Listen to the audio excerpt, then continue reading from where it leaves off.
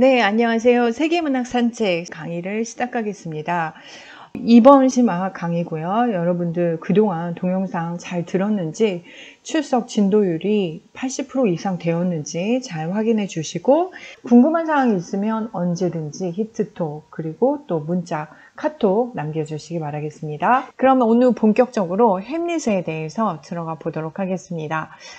셰익스피어의 작품은 지금까지 나와 있는 작품을 시기별로 나눌 수도 있고 아니면 작품을 주제별로도 나눌 수 있어요. 그래서 주로 초기에 역사극을 중심으로 많이 썼고 또 중간에 희극 시기에는 다 막 희극이에요. 코미디예요. 그래서 즐겁게 해피엔딩으로 끝나는 이런 것들을 썼고 그리고 비극의 시기도 있었고요. 4대 비극 있었죠. 그리고 낭만극 시기 이렇게도 나눌 수 있고 그 다음에 작품 시기별로도 처음엔 습작기, 성장기 이렇게도 나눌 수 있는데 중요하지 않습니다. 이거 그냥 이렇게 나눌 수 있다는 거 작품이 많으니까 구분해서 이렇게 한다는 거고요.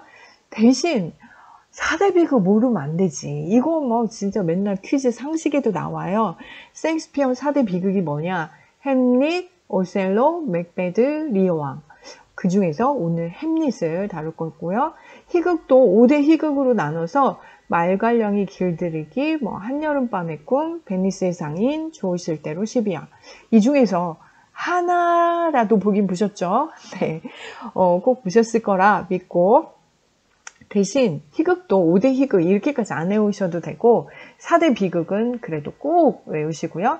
4대 비극을 전에 시험 문제 제가 낸 적이 있는데 여기에 로미오와 줄리엣을 막 넣은 학생들이 꽤 많았어요. 로미오와 줄리엣은 비극은 비극이지만 4대 비극은 아니에요. 그래서 비극이 안 들어갑니다.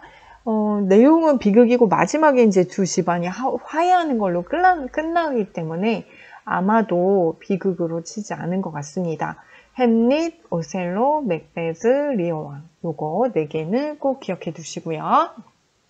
그 다음에 셰익스피어는 주제가 특징이 있어요. 사실 인간의 본능, 기본적인 본능, 욕심, 우리 그런 거 되게 많잖아요. 권력욕이라든지 질투, 사랑, 증오, 배신 이런 거에 대한 인간의 모습을 아주 철저하게 보여주고 있어요. 그리고 또 인간이기 때문에 당연히 우린 불완전한 신이 아니기 때문에 당연히 어떤 결함이 있고 이런 결함 때문에 생기는 어떤 모습, 비극적인 모습 이런 것들을 특징으로 하고 있습니다. 그 중에서 햄릿은 우유부단함의 대명사죠. 결정을 못해요. 이렇게 할까 저렇게 할까 이러지도 못하고 저러지도 못하고 이런 면들. 그 다음에 오셀로 같은 경우는 본인 스스로 가진 열등감.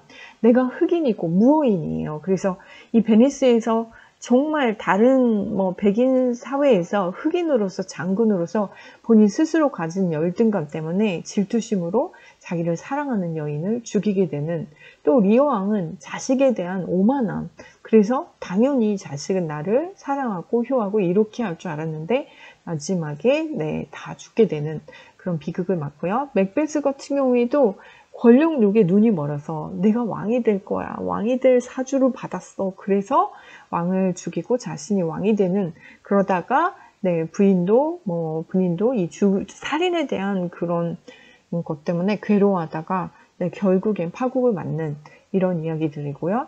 이 4대 비극의 이 모든 주제들이 인간의 어떤 본능적인 어떤 욕심이나 이런 것들 때문에 생기는 비극이고요.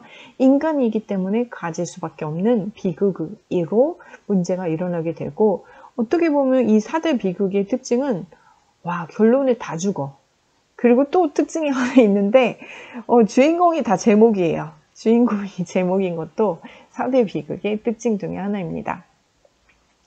또 이 주제를 뭐라고 하냐면 셰익스피어 인물 주제를 이 성격의 비극이라고 해요. 이 캐릭터 때문에 생기는 이 본능이나 이런 것들 때문에 생기는 비극이에요. 그러면 그전에는 어떤 비극들이 있었습니까? 바로 이제 운명의 비극이라고 해요. 그리스 로마 신화에 나오는 그런 주인공들은 어떤 나 스스로의 인간적인 결함 때문이 아니라 신들이 이렇게 점을 쳐줘. 너는 거기 가서 어떻게 될 거야? 뭐 할 거야? 아버지를 죽이고 엄마랑 결혼할 거야. 이런 신점 이게 내려져서 어쩔 수 없이 내가 아무리 피하려고 해도 이 운명의 수레바퀴에서 벗어나지 못하는 그런 인물들의 비극이에요. 그래서 이걸 운명의 비극이라고 하고, 셰익스피어 극 같은 경우에는 본인 스스로 가지고 있는 어떤 성격적 결함, 이런 것들로 야기되는 갈등으로 생기는 비극이에요. 그래서 셰익스피어 극을 성격의 비극이라고 하고, 그리스 로마 신의 비극을 운명의 비극이라고 합니다. 이런 그리스 로마 신화 보면 다 이제 운명 점괘를 이렇게 꼭 봐가지고 그 점괘에 의해서 스토리가 전개가 됩니다. 그런데 이 셰익스피어 극이 이렇게 인간의 성격 때문에 생기는 거니까, 내가 성격을 바꾼다든지, 내 스스로의 어떤 거를 변화시키면, 삶이 바뀔 수도 있겠구나, 현실이 바뀔 수도 있겠구나, 이런 것들도 가져온다는 거죠. 그래서 여기에서는 아무리 내가 비켜가려고 해도 비켜갈 수 없다면, 이 셰익스피어 극의 연극을 보고, 그래, 인간이기 때문에 이런 결함이 생겨. 그래, 나는 이런 거를 이렇게 없애야지. 이런 걸 이렇게 스스로 바꾸면 바로 바뀔 수도 있는 거죠. 그래서 이런 것들은 이 셰익스피어 극을 통해서 삶을 보는 관점도 바뀌고요. 인간에 대한 관심을 가지게 됐다는 거죠. 이전에는 신에 대한 이 종교, 여기에 하느님에다 모두 몰두를 했다면, 이제는 셰익스피어 연극이 나오고서는 이렇게 인간, 우리 주변에 살고 있는 인간에 대한 관심이 많아졌다라는 것이 정말 큰 변화이고 특징이라고 할 수 있습니다. 성격적 결함으로 야기되는 갈등이고, 어떻게 보면 이 비극을 어떻게 봐야 되냐면, 원래 다 결함이 있어. 결함을 가지고 살아가는 우리는 비극적인 운명을 맞고 있기 때문에 너무 슬퍼하지도 말고, 그렇게 좀 바꿔갈 수 있는, 긍정적으로 오히려 변화시킬 수 있는, 현세에서는 그런 특징이 있고요. 그 다음에 셰익스피어 주인공들도 완벽한 인물이 아니야. 인물 속의 주인공들도 완벽하지 않아. 그리고 그 인간들이라는 것은 다 인간과의 그 관계, 그 사이에서 복잡하게 얽히고 이렇게 살아가는 것이 삶이고, 그게 바로 또 연극으로 이렇게 표현이 된 것이라고 보시면 되겠습니다. 형식적인 특징을 본다면, 형식적으로는 정말 이 언어적으로는 이때에는 뭐 그 무대 배경이나 뭐 음악이나 뭐 이런 게, 조명이나 이런 게 없단 말이에요. 그러면 그걸 어떻게 그 사이에 막을 연출을 하고 어떻게 하죠? 이걸 다 말로 했다는 거죠. 지금 이렇게 해서 같은 장소인데 뒤에 배경은 같은데 지금 어디에 왔다라든지 이런 식으로 표현하는 걸로 해서 이 언어가 굉장히 발달하게 되고요.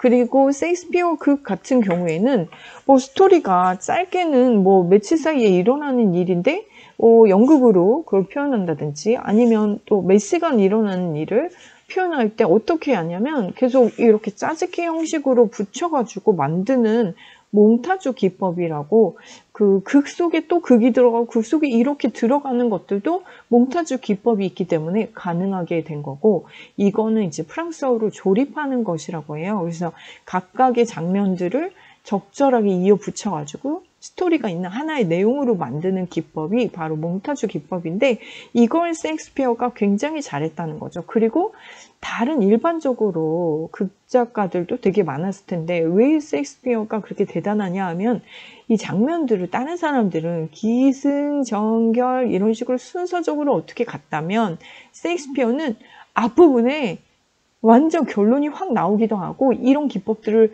가능하게 해준 게 몽타주 기법이에요. 그리고 다시 뒤로 돌아가서 설명을 하는 그런 방식으로 이야기를 전개해요.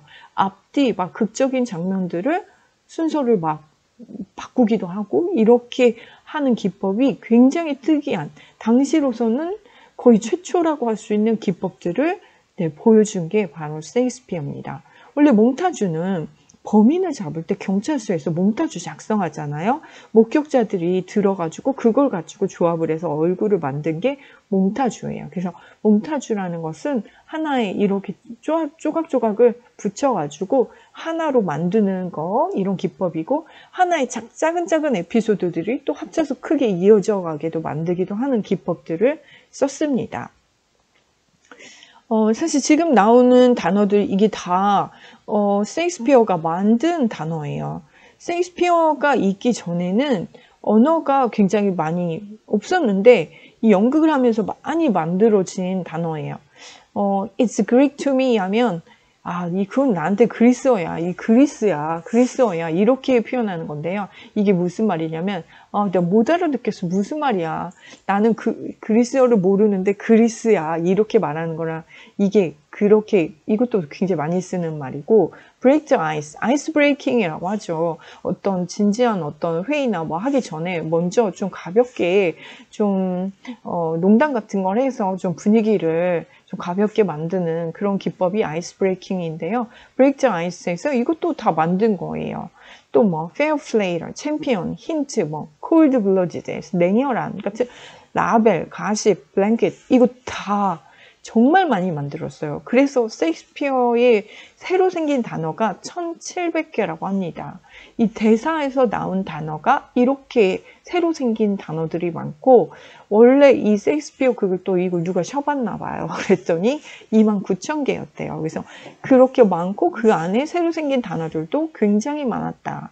셰익스피어가 한 일은 바로 이렇게 이런 새로운 단어들을 만들고 인간에 대한 관심을 갖게 하고 어떤 모든 사람이 공감할 수 있는 이런 보편적인 주제를 가지고 있다는 거, 또 연극 형식은 굉장히 파격적으로 했다는 거, 그리고 인간에 대한 이해 이런 것들을 보여주고 있다라고 보시면 되겠습니다.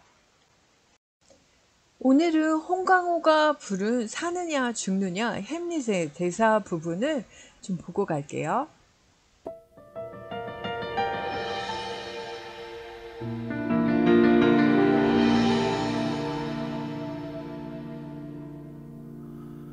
어디로 가나 어떻게 해야 하나 운명의 길 걸어온 걸까 이 싸움의 끝은 어딜까 죽음은 또 다른 꿈속 또 다른 세상 또 다른 악몽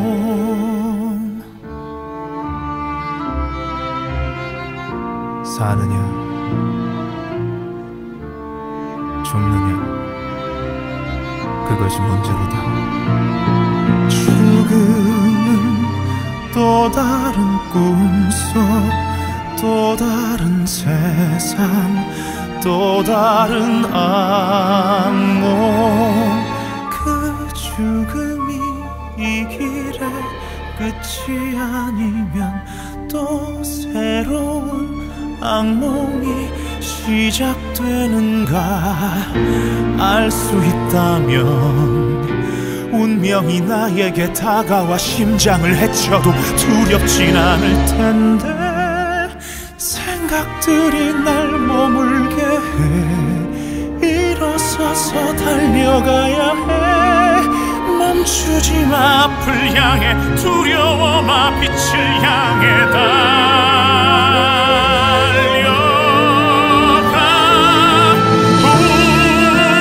운명 날 막아도 난 웃으면서 맞겠어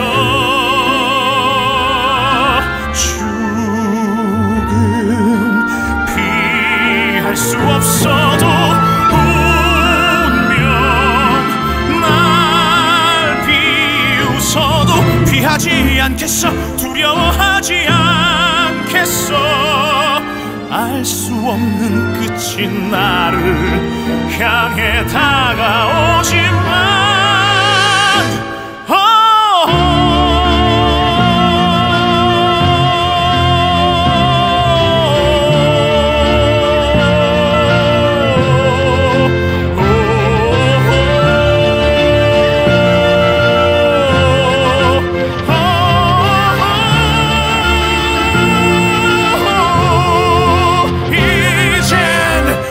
마지막 순간을 향해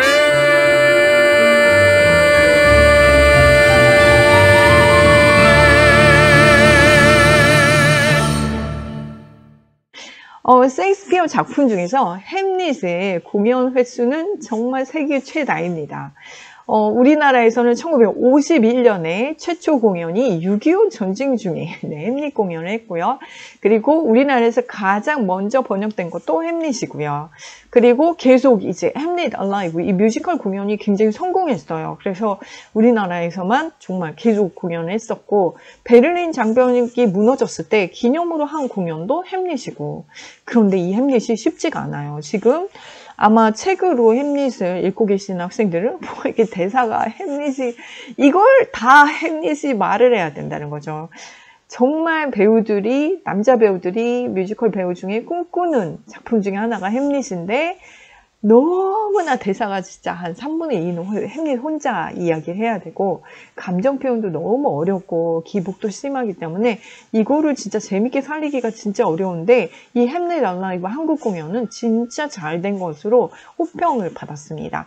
어쨌든 시간이 되시면 꼭 좀 찾아보시고요. 그러면 본격적으로 햄릿 보겠습니다. 햄릿 어느 나라 왕자입니까? 덴마크 왕자예요. 이거 가끔 퀴즈 대회에 나오더라고요.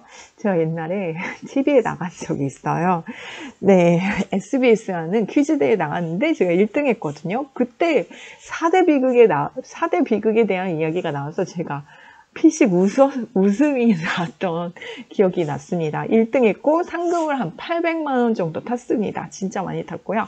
네, 그때 4대 비극에 햄릿은 아니고 리오 왕이 나왔었어요. 어쨌든 덴마크 왕자입니다. 이것도 간간히 맨날 퀴즈에 나오더라고. 영국 왕자 아니에요. 이 공연 시간이 제일 길어요. 셰익스피어 연극 중에서. 무대 배경은 덴마크의 크롬보르 성이에요. 원작 있다고 했죠? 토마스 키드의 스페인의 비극이라는 작품이에요. 이게 거의 비슷해요. 내용 똑같아요. 그리고 이거를 제임스 1세 때 이 연극을 왕 앞에서 공연했어요. 나는 사실 제임스 1세가 좀 얼마나 좀 불편했을까 이런 생각도 들어요. 엄마가 아버지를 죽이고 새 남자랑 결혼했다가 자신을 낳고, 그리고 그 엄마는 국가에서 쫓겨서 영국으로 넘어가서 20년간 그렇게 유배 생활 같이 살다가 엘리자베스한테 결국 죽임을 당한 그런 비극적인 집안의 이야기랑 조금 비슷해. 너무 비슷했어. 제임스 1세. 사실 그래서 셰익스피어가 엄마의 부분은 굉장히 간략하게 기술했다. 상세하게 그 숙부 클로디스가 아까도 그랬죠. 귀에다 독약을 넣어가지고 죽는 거는 상세히 표현했지만 엄마의 입장에 대해서는 별로 이야기하지 않은 것이 이 제임스 1세가 이 공연을 봤기 때문에 아마 조금 이런 부분이 좀 거북스러워서 그러지 않았나 제가 조심스럽게 추측해 봅니다. 여기는 바로 덴마크의 이 크롬보르 성, 또 엘시노어 성이라고도 불리는데, 이 성에서는 여름에 항상 공연을 해요. 그리고 실제로 1585년에 6개월간 영국 극단이 와서, 이 셰익스피어 극단이 와서 여기서 공연한 기록이 있어요. 근데 셰익스피어는 오지 않았어요. 극단의 명단에는 없어요. 근데 그때 갔던 배우들이 셰익스피어 극단 사람들이었기 때문에 아마 이 크롬보르 성에 어떻게 구조가 됐고 이런 걸 자세히 얘기했던 것 같아요. 그래서 이 햄릿에 보면 엄마랑 햄릿이 이야기를 하는 와중에 누군가 커튼 뒤로 엿듣고 그 커튼 뒤, 양탄자로 되어 있는 그 커튼 뒤가 바로 이 그 숙부의 방이었거든요. 그래서 이 숙부인 줄 알고 그 칼을 찔러서 죽이는 장면이 있는데, 이건 정말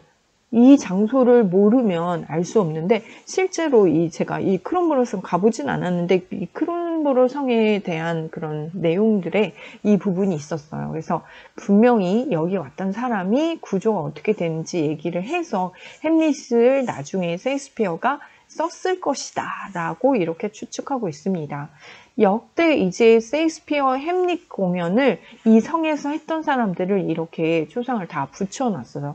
그 중에 이제 마이클 케인도 있어. 배트맨에 나왔던 사람이고, 또 로렌스 올리비에도 유명하죠. 크리스토퍼 플러머도 또 사운드 뮤직에서 그 장교로 나왔던 그 애들 아빠로 나왔던 그분이죠. 그리고 이분들이 햄릿을 했고, 당시에 각색하지 않고 원작 그대로 했다면 정말 배우들이 얼마나 힘들었을까, 거의 미치지 않았을까? 이런 생각이 들 정도로 이 배역의 감정 기복은 굉장히 심하고 힘들다고 알려져 있습니다. 어쨌든 줄거리는 엄마가 한 달도 안 돼가지고 아버지가 죽었는데 한 달도 안 돼서 클로디스, 바로 숙부죠. 숙부랑 결혼하고, 그리고 밤마다 유령이 나타나서 알고 보니까 아버지 유령이 이래서 복수를 해달라라는 내용이고, 근데 복수를 바로 할 것처럼 아까도 얘기를 했지만 그 다음부터는 계속 하지를 못합니다. 그러다가 이제 미친 척도 하고, 그리고 유랑극단이 방문해서 이 성을 방문했을 때 자기 아버지가 죽은 그런 장면을 연출해서 그걸 숙부가 보게 합니다. 그리고 숙부가 그걸 보고서는 아무렇지도 않으면 이 일에 관계가 없는 거고 좀 이상하면 관계가 있을 것이다 라고 짐작을 하고 이 공연을 기획합니다. 근데 숙부가 보고 아주 미쳐가지고 날뛰어서 나가죠. 그래서 엄마랑 이 일로 싸우게 되고 누군가 엿들어 찔러 죽였는데 자기가 사랑하는 여자 오피리어의 아버지였죠. 그래서 오피리어는 완전히 햄릿이 막 변심인 것처럼 하고 또 미치광이처럼 행동하니까 속상해서 이렇게 미쳐서 그냥 강물에 빠져 죽고요. 그리고 이렇게 아버지와 여동생을 잃게 되자 레오티스가 와서, 오빠죠. 오피리어 오빠가 와서 이제 같이 복수, 검술 시합을 하게 되는데, 이때 레오티스의 칼에다가 클로디스가 독약을 타고, 그리고 저러다 또 안 죽을 수 있으니까 독약을 준비를 합니다. 술에다가 독약을 타서. 근데 검술 도중에 또 칼이 바뀌어가지고 레오티스 먼저 죽고, 그리고 검술 도중에 어머니께서 목말라서 그 술 한 잔을 마시고 엄마도 죽고, 그리고 클로디스를 칼로 찔러서 그리고 검술 도중에 햄릿도 칼에 찔려가지고 독이 퍼져서 죽게 되는, 그러다가 다 죽고 지나가던 노르웨이 왕자 포친브라스가 왕위를 잇는다 라는 이야기예요. 다 죽고 여기 득템, 마지막에 포친브라스가 왕위를 가져갑니다. 햄릿은 어떤 사람이냐, 굉장히 입체적인 인물로 나와요. 아까처럼 막 복수를 하겠다, 막 결심을 하고 이렇게도 했다가 갑자기 또 사는 게 뭔지 세상 뭐 어떻게 해야 될지 우유부단하게 하기도 하고, 또 성급하게 또 확인도 안 하고 오피리어의 아버지를 죽이기도 했다가 이 모든 건 의미가 없다라고 했다가 또 과감하게 또 연출을 했다가 이러기도 하는 굉장히 입체적인 인물이에요. 그런데 그래서는 본문에서 만약에 원래대로 하면 햄릿이 왕이 돼야 돼요. 그런데 갑자기 어머니가 숙부랑 결혼하는 바람에, 그리고 숙부가 굉장히 노련하게 신하들을 다 구워 삶아서 숙부 편이 돼서 숙부가 왕이 되는 이런 사건이 일어났는데, 만약에 햄릿이 됐다면 다시 없는 명군이 될 것이다, 이렇게 이야기할 정도로 햄릿은 되게 괜찮은, 원래 유학하고 있었어. 다른 데서 유학하고 있다가 아버지 돌아가셔서 오게 된 거고요. 학자의 말솜씨를 가졌고, 무술 잘하고, 유행에 아주 패션 유행 최고고, 그리고 예절의 본보기다, 이렇게 하는 그런 인물로 그려지고 있습니다. 근데 여기는 이 작품은 햄릿만 비극인 게 아니야. 다 비극이야. 형을 살인한 숙부 굉장히 괴로워하죠. 그 연극 보고 너무 괴로워서 기도하고 미쳐버리려고 하죠. 남편을 잃은 어머니도 중간에서 이 숙부와 그리고 햄릿 사이에서 굉장히 고민하고 갈등하는 것처럼 보여지고요. 그 다음에 이 제일 슬픈 사람은 오피리어야. 오피리어 갑자기 생뚱맞게 아버지 오빠 다 잃고, 노르웨이 왕자 아까 지나가다가 줍줍했는데 이거 왜 노르웨이 왕자 왜 나왔냐면, 햄릿의 아버지가 노르웨이의 포친브라스 아버지, 그러니까 왕을 죽인 거죠. 그것 때문에 포친브라스는 복수를 하려고 덴마크로 넘어온 거고, 마지막에 그냥 이렇게 다 죽어버려서 그냥 나라를 통치하게 되죠. 그리고 또 레어티스, 바로 햄릿과 싸우게 되는 레어티스 역시 아버지를 잃고 여동생을 잃고, 비극적인 인물들이 굉장히 많습니다. 햄릿에는 이렇게 다양한 인물들이 등장을 하고요. 모두 다 하나같이 자신만의 괴로움이 있습니다. 우리 인간 모두는 이렇게 크고 작은 그런 아픔들을 가지고 있는데요. 잠깐 쉬었다가 본격적으로 햄릿 이야기 이어서 하도록 하겠습니다.